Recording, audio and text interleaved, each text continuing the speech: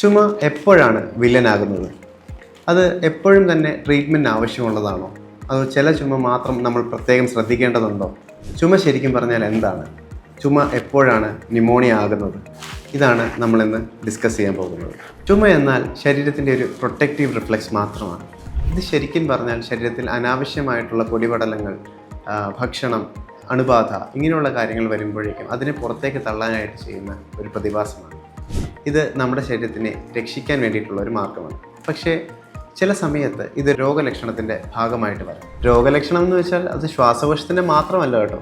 ചിലപ്പോൾ അത് അന്നനാളത്തിൻ്റെയോ വയറിൻ്റെയോ, ചിലപ്പോൾ അത് ഹാർട്ടിൻ്റെ പമ്പിങ്ങിൻ്റെ ഇഷ്യൂ വേണമെങ്കിലും ചുമയായിട്ട് വരാം. ചില ആൾക്കാർക്ക് ഫിറ്റ്സ് വരുന്നത് പോലും ചുമയായിട്ടാണ്. അപ്പോൾ എപ്പോഴാണ് ചുമ വില്ലനാകുന്നത്? നമുക്ക് അതിലേക്ക് കടക്കാം. ചുമ വന്നിട്ട് നമ്മൾ പ്രതീക്ഷിക്കുന്നത് അതൊരു 3 തൊട്ട് 5 ദിവസം അല്ലെങ്കിൽ 7 ദിവസത്തിനകത്ത് മാറുമെന്നാണ്. പക്ഷേ ചിലപ്പോൾ അത് മാറാതെ നിൽക്കുമെന്ന് പറഞ്ഞാൽ അതിനൊപ്പം തന്നെ ആൾക്ക് പനി ചിലപ്പം വിട്ടുമാറാതെ നിൽക്കാം. പനി വിട്ടുമാറാതെ ചുമ തന്നെ നിൽക്കുകയാണെങ്കിൽ ഇത് ന്യൂമോണിയയുടെ ലക്ഷണമാകാനുള്ള സാധ്യതയുണ്ട്. കാരണം അത് കോംപ്ലിക്കേഷൻ ആയിക്കൊണ്ടിരിക്കുകയാണ്. എന്നാൽ അതിനൊപ്പം തന്നെ ആൾക്ക് ശ്വാസമുട്ടലുണ്ടെങ്കിലോ അത് കൂടുതൽ സാധ്യതയാണ് അത് ന്യൂമോണിയ ആകാൻ. ശ്വാസമുട്ടൽ, ചുമ, പനി ഇതാണ് ഒരു ന്യൂമോണിയയുടെ ഏറ്റവും വലിയ സൈൻസ്.